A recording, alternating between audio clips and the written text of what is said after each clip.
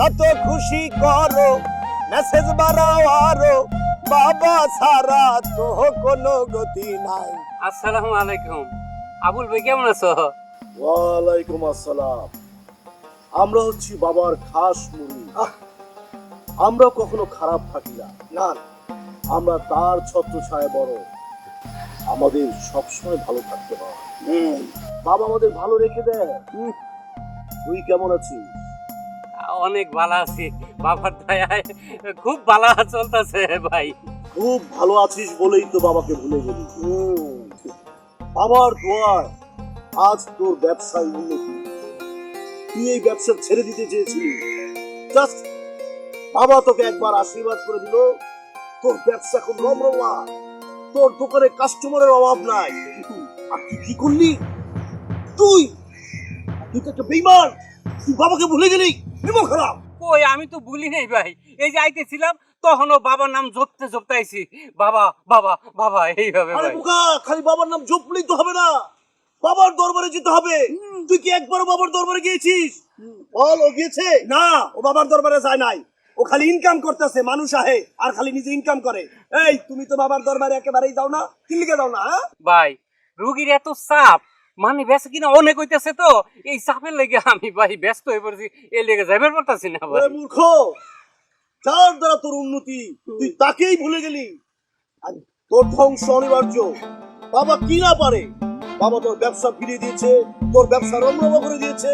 আবার বাবার ইশারায় কালকেই তুই পথের ফকির হয়ে যাবি। তোর ধ্বংস অনিবার্য।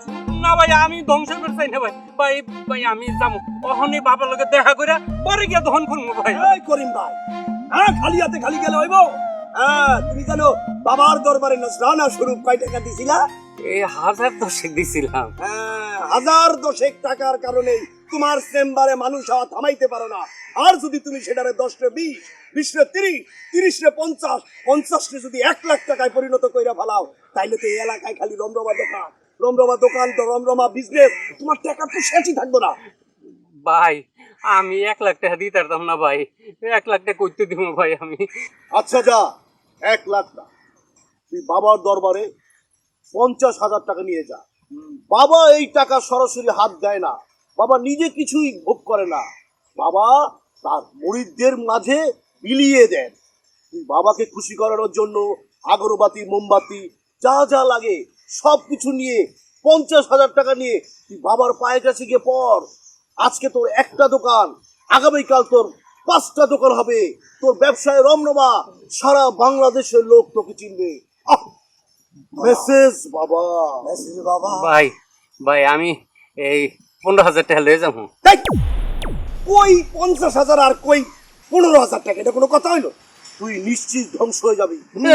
এই যে তুই 15,500 বললি, বাবা দিব্য দৃষ্টি দিয়ে চোখ বন্ধ করে সব কিছু দেখছে। না, তোর উন্নতি হবে না, তুই ধ্বংস হয়ে যাবি।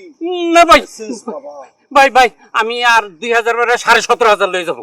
এই এত দিয়ে মাছের বাজার শুরু করছে।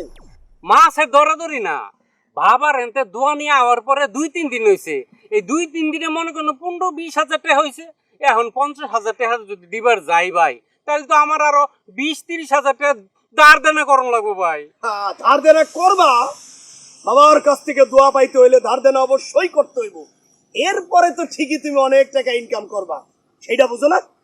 তোকে আরেকটা কথা বলি, এই যে বাবাকে দেখছিস, বাবা যখন না থাকবে তখন আমি হব বাবা। এই যে আমার কথা আর বাবার কথার মধ্যে কোনো পার্থক্য নেই। আমি মুখ দিয়ে যেই কথা বলবো সেটা নিষেধ করবি না, তাহলে বাবা নারাজ হবে, আর বাবা নারাজ হলে তুই ধ্বংস হয়ে যাবি, ধ্বংস হয়ে যাবি। আজকেই চলে যা বাবার কাছে 50,000 নিয়ে। বাবা! না না ভাই, ভাই আমি আমি আজকে ওই বাবার দরবারে 50,000 টাকা লয়ে যেতেছি ভাই। তুই মূর্খ রে, এই মাত্র তোকে কি বললাম? বাবা যখন না থাকবে তখন আমি বাবা, এখনো আমি বাবার ছত্র ছায়া আছি, আমি অর্ধেক বাবা। তাই আজকে থেকে প্র্যাকটিস শুরু কর। বাবা নট ভাই, কি বলবি? বাবা। বাবা তাইলে আমি ওখানে আসি অর্ধেক বাবা। আসসালামু আলাইকুম। বাবা।